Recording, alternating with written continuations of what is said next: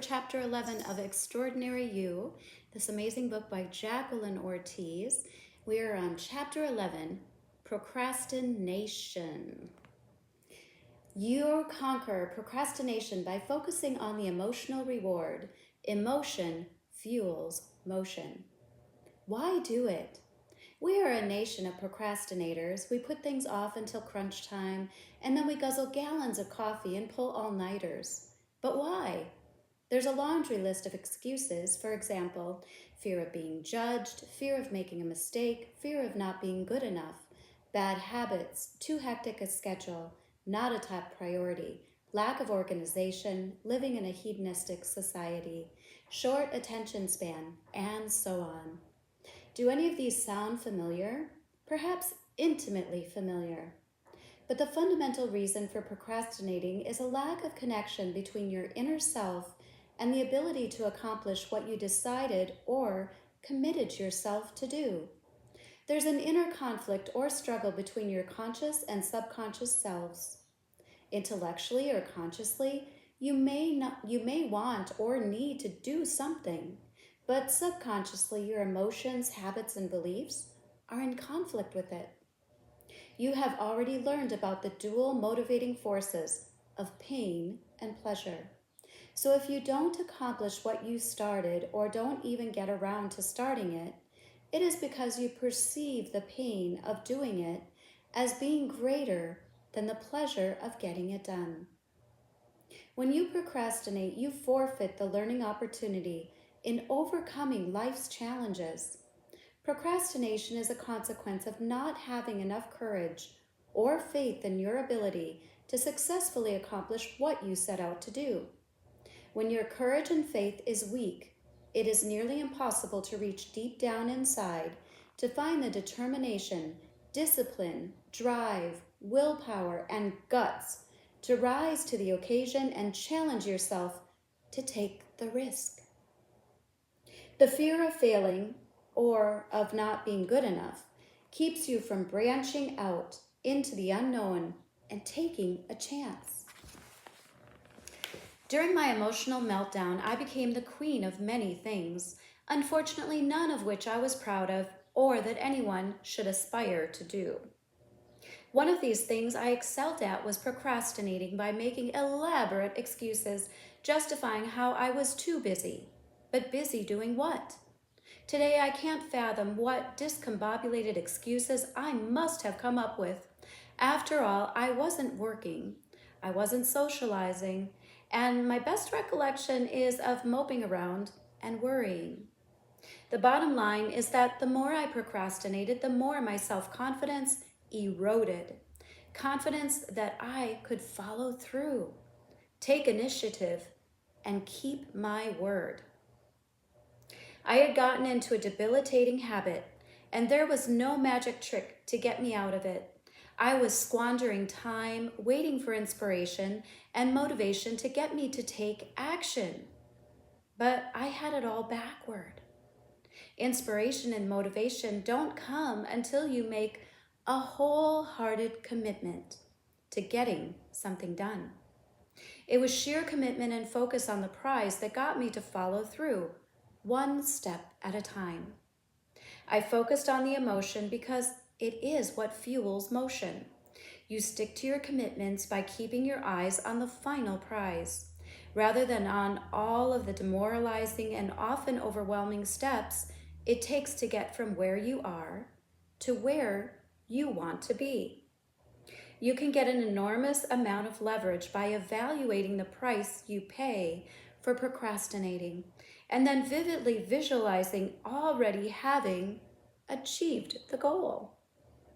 Magnify and intensify your feeling of accomplishment and pride, anchor it, and then take action.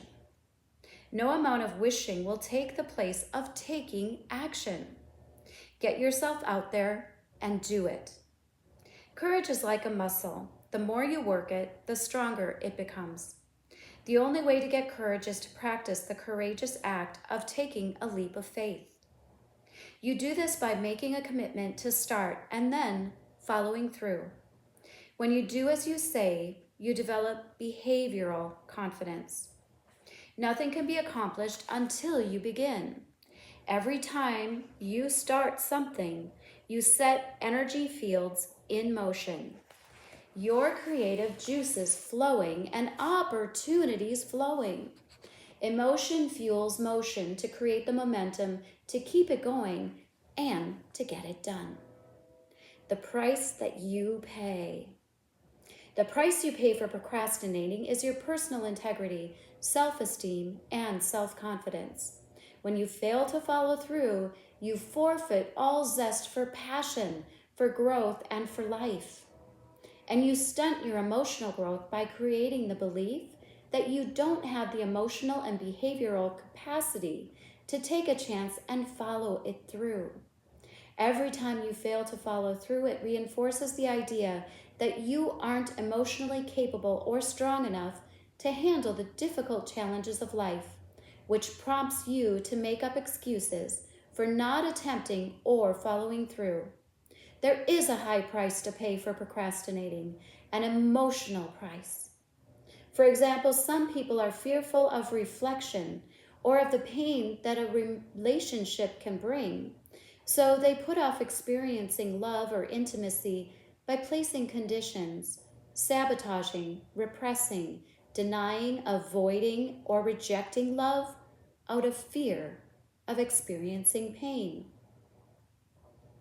They procrastinate about entering a relationship because they feel inadequate in relationships. So rather than getting the tools to enhance a relationship or taking a chance, they put it off or neglect the relationship they are in. One of the saddest tragedies is not to experience a deep, unconditional, pure, and true love. You can also pay a high physical price for procrastinating. Every time you put off eating healthy foods, every time you disregard the warning signs to get medical checkups, and every time you pass up working out for boozing or partying, and every time you take reckless chances with your physical health, you are endangering your physical welfare. The mental price you pay for procrastinating is peace of mind. You sacrifice mental tranquility and mindfulness. You stunt and deny your limitless mental capacity and the belief that you are one with the infinite abundance and wisdom of the universe. Essentially, you mentally take yourself out of the game, even before you get to the starting gate. The spiritual price you pay for procrastinating is harmony, serenity, interconnectedness, and faith. Every time you put off taking long nature walks, every time you put off taking the 7th day of rest and rejuvenating, every time you put off spending quality time with loved ones, every time you disregard your inner intuition, you are sacrificing spiritual growth and joy. Procrastination has long-term ramifications beyond what you can see or even imagine today. You are creating weak, mediocre standards and habitual behaviors that will plague you for the rest of your life. That is, until you make a wholehearted commitment to stop procrastinating and start living. And until you set higher standards for living and loving. The biggest regrets people have are not what they have done, but what they have failed to do. The pain you avoid now by procrastinating will haunt you for a lifetime. Which do you think is more painful? Procrastinating to avoid the potential pain of today or the certainty of a lifetime of remorse or regret? It's all about balance. You have to live for today while planning for the future. You do it by focusing on the payoff and long-term pleasure you'll receive from the seeds you plant today. Right now, go do some gardening. Plant fertile seeds for a brighter future. Extraordinary size 56. What is the price you pay for procrastinating? What will be the cost of your short-term pleasure today, 3 years from now, 9 years from now, 18 years from now, 27 years from now? I'm using multiples of 9 years because in feng shui, 9 is a very auspicious number. Also in numerology, 9 is the number of completion and mastery. The following is a quote I've used for years, and it keeps popping up in my head as I'm writing. I don't know if it is something I read when I was younger or something I made up. Either way, I suggest that you apply it in your life when your courage is faltering and when you are about to cave into your procrastinating tendencies. Go over, go under, go around, or go through, but never give up. Life zappers. Life zappers is a term that I coined to encompass all of the wishy-washy addictions that demoralize you and deteriorate your quality of life. Life zappers are all of those mindless, spineless, uninspiring, and robotic habits you habitually do on autopilot. Life zappers are time zappers. Life zappers are the things that you consciously or unconsciously participate in simply because they are safe, familiar, comfy, easy, sedative, or instantly gratifying. We are all guilty of it on one level or another, and at one time or another, whether it is smoking, gambling, doping, binging, being workaholic, sexual promiscuity, gossip, caffeine overload, avoiding intimacy, or various phobias. Just about anything done in excess can be a life zapper, such as drinking, lying, shopping, or even exercising. Life zappers are behaviors that one engages in to numb the indifference, the hurt, or the pain. It anesthetizes the pain of what is missing in our lives. How do you distinguish between a life zapper and a healthy behavior? Here are some clues. If you engage in the activities to avoid feeling, to zone out, if it is a compulsion and you can't help doing it, if you are in denial, if you need to justify, if you are ashamed or cover up the behavior, if it isn't satisfying, if you feel regret over it, if you have a gut feeling that you shouldn't partake in the behavior, or if it makes you feel empty, and so on. Many of the life zappers, such as eating and shopping, may seem like innocent lifestyle choices, but these so-called innocent, mindless behaviors squander time and erode the quality of your life. The paradox of our lifetime is that technology is supposed to help us save time. Instead, our lives have become so wired that we have less time.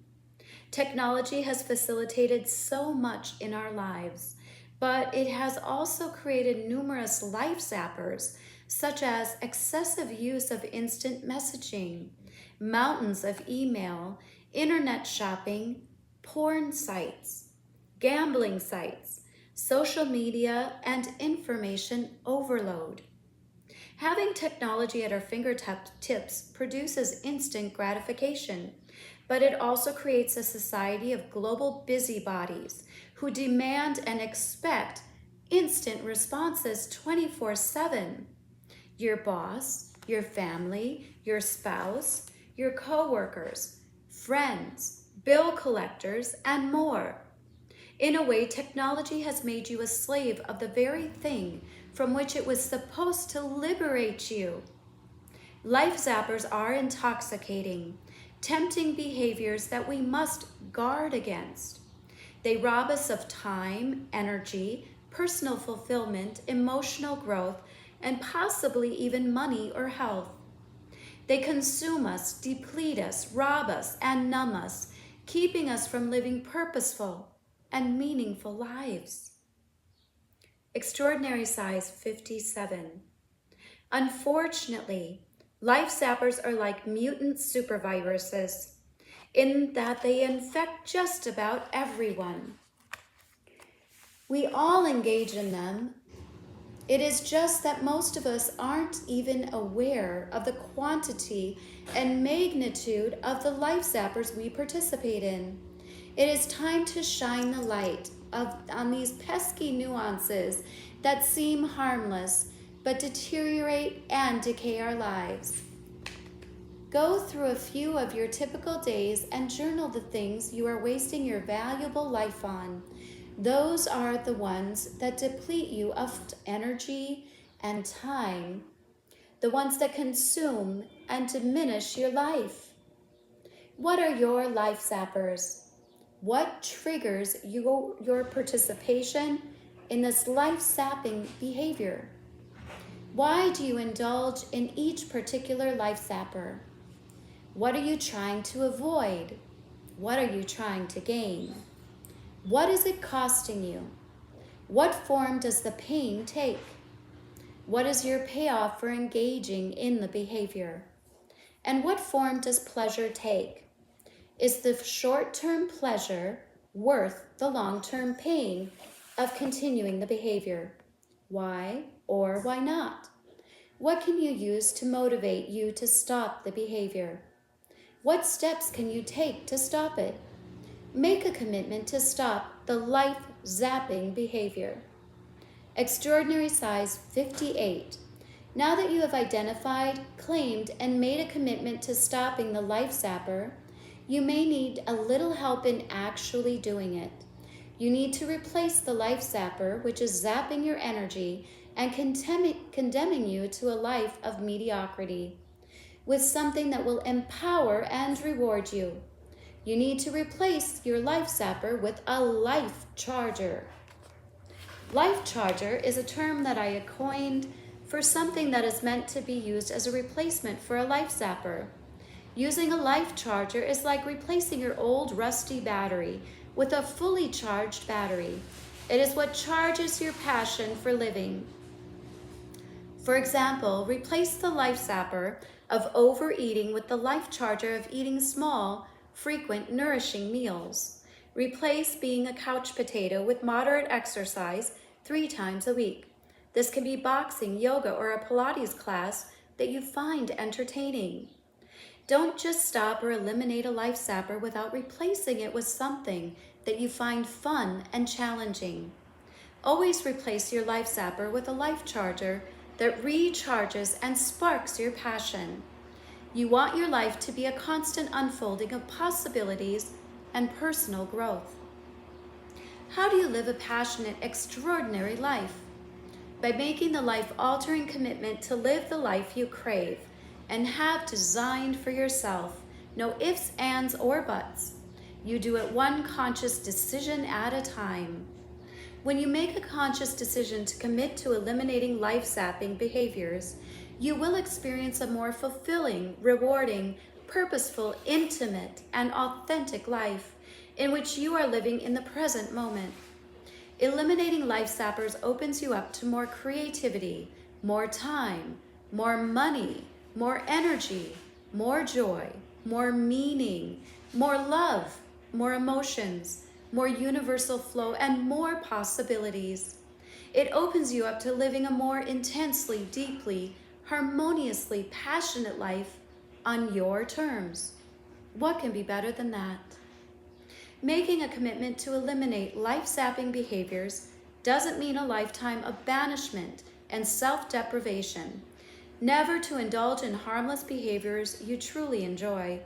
It does mean that you totally eliminate excess, but it doesn't mean that you can't occasionally and consciously choose to indulge once in a while. The key words are consciously and occasionally. You can have a slice of dessert, just not the whole cake. You can have a drink, just don't gulp down bottles in one sitting. Just make sure that you are conscious of what you're doing, the reason for doing it, how long and how often you engage in the behaviors. You should also ask yourself, is this the best use of my time? Is this behavior bringing me closer to manifesting my designer life or taking me further away? Conscious moderation is the key. Design rewards and consequences for your actions or lack thereof. Set up a support team that, depending on your actions, will cheer you on or tell it like it is. Set yourself up to win. You have the power to create your extraordinary life, and don't let anyone or anything tell you differently. The trick is reaching deep inside and mustering all of your energy, determination, commitment, and gumption to cut yourself off from temptations, shortcuts, and mindless distractions, and follow through. This lifestyle change is a lifetime commitment. Your only limits are the self-inflicted and self-imposed limitations you have harbored in your mind. You can live an extraordinary life if you can envision it. You can create it. Now, right now, embark on your journey. You can choose to either take a leap of faith or take it one step at a time. Just do it. Don't look back. Don't falter. Don't settle. Don't quit. Are you a dreamer or a doer? Dreamers are willing to let time pass them by in contemplation, daydreaming, meditation, wishful thinking, and fantasizing, while doers seize the moment, every moment. Dreamers dream while doers do. Dreamers live in the realm of wishful thinking and someday. Doers live in the realm of actively doing, and there's nothing like the present. Dreamers are passive. Doers are proactive. Dreamers dream big, and doers do big. Don't get me wrong, dreaming is a wonderful outlet. Dreaming is pregnant with creativity and imagination, which enables manifestation. It is a gateway to discovering your passion. What makes your heart sing? But dreaming alone won't make your dream a reality. Once you dream big, then it's time to do big things. Take bold actions. Your actions determine your destiny. Measure your successes or failures by your results, not on what could be done, should be done, or would be done. Either put up or shut up, and accept nothing less from others. Be committed to doing what needs to be done in order to manifest what you want. Dreamers take action only when all of the planets are perfectly aligned and the cosmos is synchronized just right. Doers determine what needs to be done, decide to do it, and take action. The difference between dreamers and doers is that doers are willing to do the things that dreamers are willing to only dream of. Dreamers dream while doers do. Extraordinary size 59. I have a jingle I sing out loud or hum to myself. I believe in me because if it's meant to be, it begins with me. I sing it in an upbeat and inspiring tone. I use it when I feel my level of courage dipping. I use it when I feel my resolve waning. Create a jingle or listen to an inspiring song. Music is a great anchoring tool. It gets you moving. You can also clap to it, whistle, snap your fingers to it, write it, and use it as an affirmation. Create the belief that whatever you want, whether it is success, happiness, or a great relationship, it begins with you taking action. Beginnings set the universal wheels in motion and create momentum. Begin it. Don't dilly-dally. Start now. Break the bonds holding you back. It is so much easier and safer to live life on the sidelines, but it is also much more isolated and a lonely existence. You can reason all you want, any way you want, but if you aren't taking risks and exploring outside of your comfort zone, you aren't growing, you're merely existing. Besides, there is just so much energy and effort that you can use to rationalize, avoid, deny, and hide from living a purposeful and passionate life before it catches up to you in the form of regret, sorrow, or remorse over lost time or opportunities. One day you will awaken from this stupor with the heartbreaking realization that you sold out on your dreams, that you copped out of life. There's a saying in bodybuilding, no pain, no gain.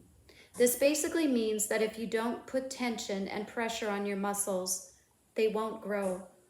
The same principle applies to your life.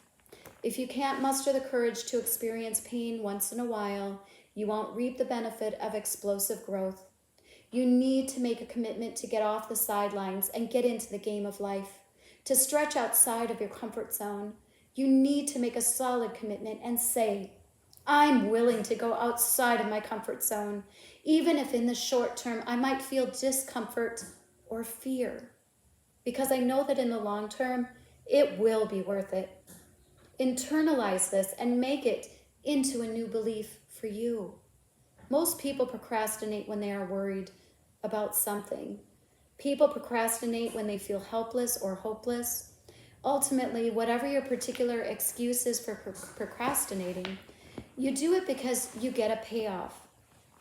It could be that you're trying to avoid pain, even at the expense of long-term pleasure. To stop procrastinating, you first have to understand why you do it.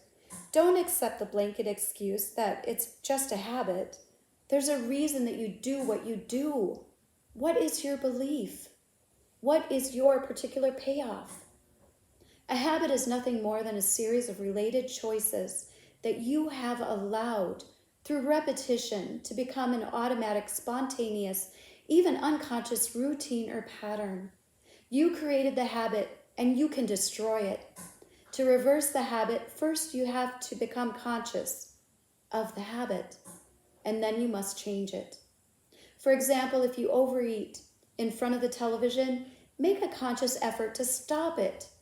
Catch yourself taking food into the television room, stop, head back to the kitchen, put a specific portion of food on your plate and put the rest away.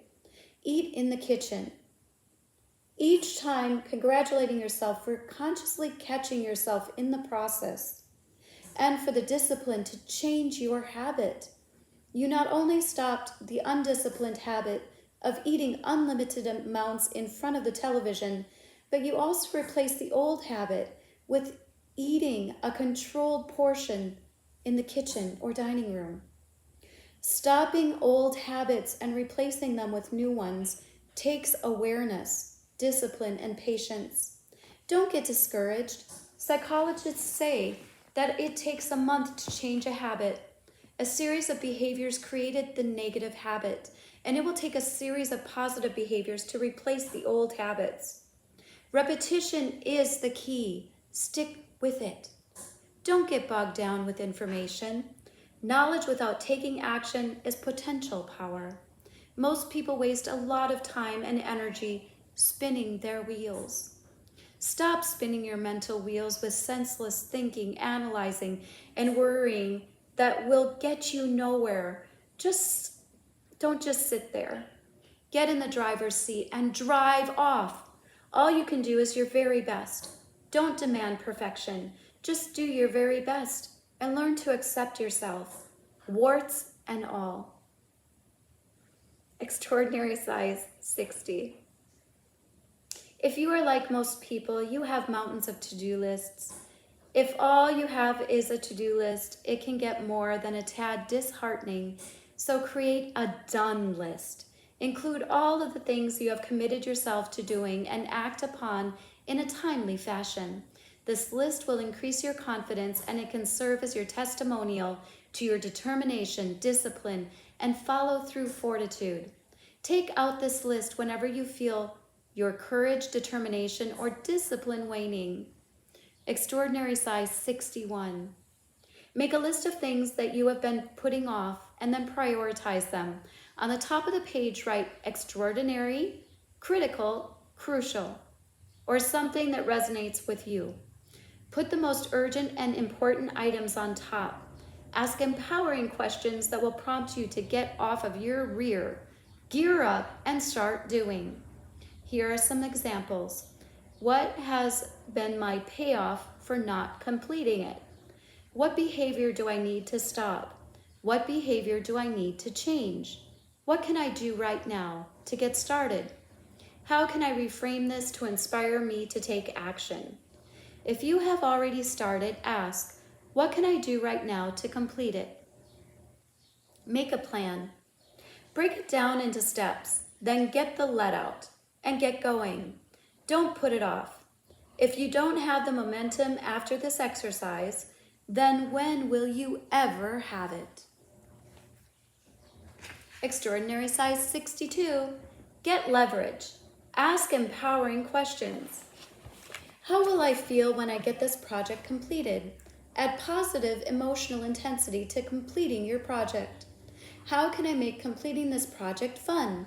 Some examples are music, make it a contest, make it a game, and asking friends for help. How am I going to reward myself for finishing this project? Or what will be my reward for completing this project? Extraordinary size 63. Visualize the goal already having been accomplished. In your mind, go back in time and visualize retracing all of the steps, from the last one back to the first step that you had to take. This way you can learn what it takes to accomplish your goal.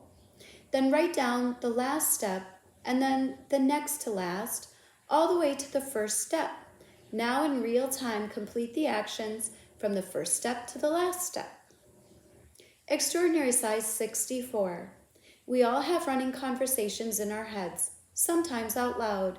Make your conversations a constructive use of your time. Make a conscious effort to monitor and control what you tell yourself. If you catch yourself saying, "What if I fail?" respond, "I'll never know until I try." Besides, the ultimate failure is quitting.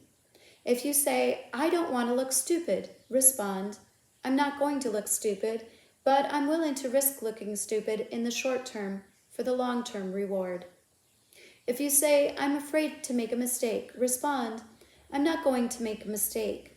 And if I do, so what? Everybody makes mistakes. It's part of the learning curve. I'm going to do the best I can, and that's all I or anyone can ask of me."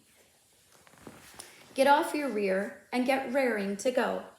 Transform yourself from a dreamer into a doer. Formulate a plan of attack. The plan should be a comprehensive action plan that includes a timeline and a list of resources or information. Break up the plan into bite-sized tasks. If possible, delegate some of it. Include time for celebrating important milestones along the way. Set a point of completion.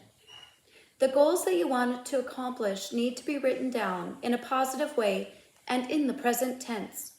Your goals also need to be personally meaningful to you, not your parents, significant others, mentors, etc. They should also be consistent with your personal growth, beliefs, values, desires, aspirations, and life purpose. Your goals also need to be specific and measurable so that you can be focused and evaluate your progress. Your goals need to have a specific timeline of completion for each phase. They need to be challenging but also realistic, doable, and inspiring, and provide clarity, urgency, and milestones so that you can feel a sense of progress and accomplishment along the way. When you evaluate and recognize your progress, it serves to intensify the enthusiasm, passion, and confidence that you will need in order to keep plowing ahead, even when faced with setbacks. The above works great for both simple day-to-day tasks and for long-term goals. But for long-term goals, I recommend a more concentrated effort. After all, it is easier to postpone long-term goals precisely because they are such a long way off. And unless you stay focused on the prize, you will drop the ball. This will only serve to further reinforce and validate the idea that your goals will always be beyond your reach. Long-term goals are usually more meaningful and purposeful. They are the ones really worth pursuing because they are the ones that truly add the juice and passion to your life. So they deserve more nurturing if you are to succeed in manifesting them. Extraordinary size 65. Write your primary goals on a 3x5 index card and carry them around with you and read, reminding yourself several times a day what you are devoted to accomplishing. The goal needs to be precise and concise. Focus on one goal per index card. Be specific but not limiting. Be open to the infinite generosity of the universe. For example, if your goal is to earn $100,000 a year in your new profession, don't limit it. Instead say, I earn a minimum of $100,000 a year, or I earn at least $100,000 a year, or I earn over $100,000 a year. Checklist for accomplishing goals. Determine the goal. Establish action steps. Write down action steps. Take action. If necessary, ask for feedback and adjust your strategy. Make a commitment and be persistent. Get and stay organized. Study and implement time management techniques. Learn to ask for what you want. Delegate, streamline, automate tasks. Invest time wisely. Keep score of your progress. Manage interruptions. Reinforce commitment to goals by increasing emotional intensity to achieving the goal. Hold yourself accountable. Reward your progress. You can create a collage of what you truly want for your workspace and your home. Create a visual bank statement of your savings or investment account. Doctor your bank statement by adding oodles of zeros and commas to create a mega account. Dream in Technicolor. Visualize as vividly as possible your goal being manifested, while simultaneously creating emotional intensity. Frame each goal in a gold frame as it is achieved. Timing is everything. Life is a series of choices. You can choose to waste time or invest time. Time is one thing that doesn't discriminate. Everyone has the exact same amount of time in a day. The significance of your life will depend on how you invest your time. Living an extraordinary life boils down to how you choose to invest the minutes, hours, and days of your life. You can't use the excuse that you don't have enough time, because everyone has 365 days a year, 168 hours a week, 24 hours a day, and 60 minutes an hour. The trick is how you choose to use your time. Do you use it to move you in the direction of your goals? Do you squeeze every drop of juice out of your life? Or do you squander your time? Focus on the big picture.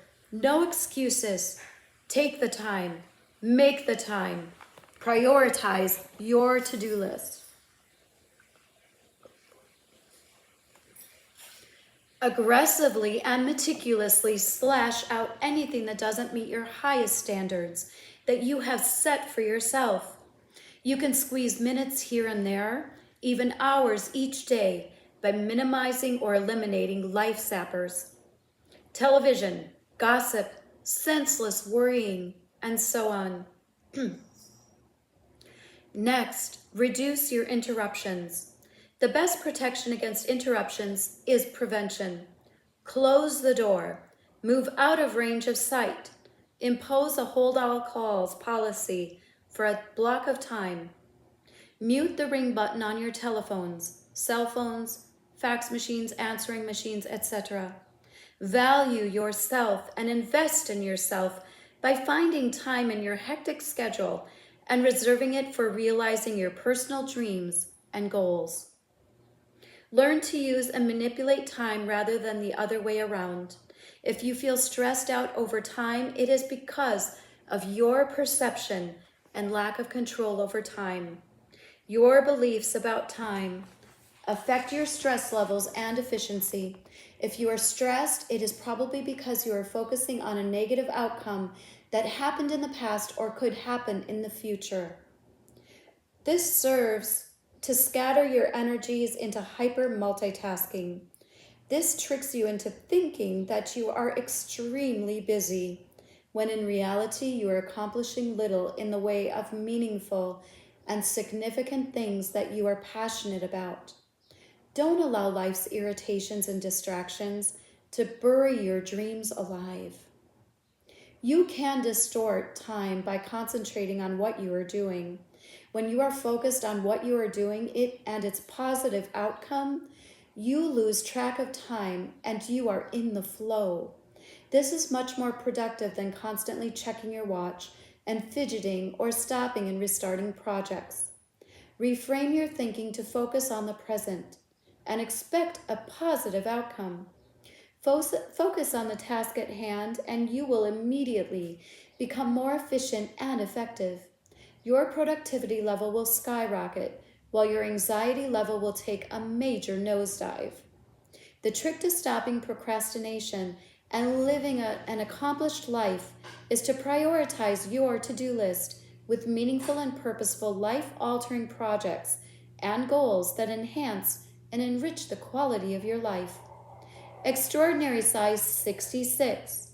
Make a list of tasks that are time-consuming for you. Brainstorm ways to organize, automate, streamline, and manage them more efficiently and effectively. Then implement your new system. The law of compounding. The law of compounding is not just for financial gain. You can apply this law to other areas of your life. Compounding is when you combine or stack up one thing on top of another to compound, enhance, or speed up the effect. For instance, you implement several small steps to make you more efficient, and you stack these up on top of the previous steps that you implemented, and you become more efficient, which improves your odds of improving your efficiency and your potential to move up the corporate ladder. From a relationship standpoint, you can set up a ritual every day to kiss your significant other, to tell him or her how much you appreciate them, to demonstrate affection, make eye contact, and so on. All of this quality time and all of these affectionate moments stacked up compounds and creates a domino effect that intensifies and solidifies your relationship. The law of compounding works in all areas of your life. Take the time and make the effort to implement positive and empowering steps in all areas of your life. You will be rewarded with a compounding effect that will be greater and more magnificent than could ever be created with random, haphazard actions. Compounding promotes synergistic benefits that spill into other areas of your life. Since I implemented the law of compounding in my life, it has radically changed the quality of my days, which ultimately affects the quality of my whole life. Now I'm a person of action. Every day, I choose to take at least 9 productive action steps toward manifesting an extraordinary life. It can be returning phone calls, finishing a project, getting to work earlier, clearing out my desk, exercising, reading a book, taking a seminar, learning a new language, or demonstrating gratitude. I can choose to do all 9 things in one area of my life, such as my career, or to mix it up among different areas of life, such as 3 things for my career, 3 things for my relationships, and 3 things for my health. And that completes Procrasti-Nation, Chapter 11, which will bring us into Chapter 12, Prosperity Consciousness. So we'll leave it there for now. So what things are you procrastinating on in your life? Where do you get to take action? Where do you get to make changes? And where are the choices in your life allowing you to fall into complacency and mediocrity? And where do you actually get to step up into creating the extraordinary life that you want to live? That's what Chapter 9 was all about. So with that, I'm Jacqueline Bambenek with Vibrational Energy Solutions, and grateful for our angel Jacqueline Ortiz with us, inspiring us forward, helping us to be our cheerleader, to take those actions and to continue moving forward, because it's this one life that we are in right now that we get to take action in. From my heart to yours, with so much love. Bye for now.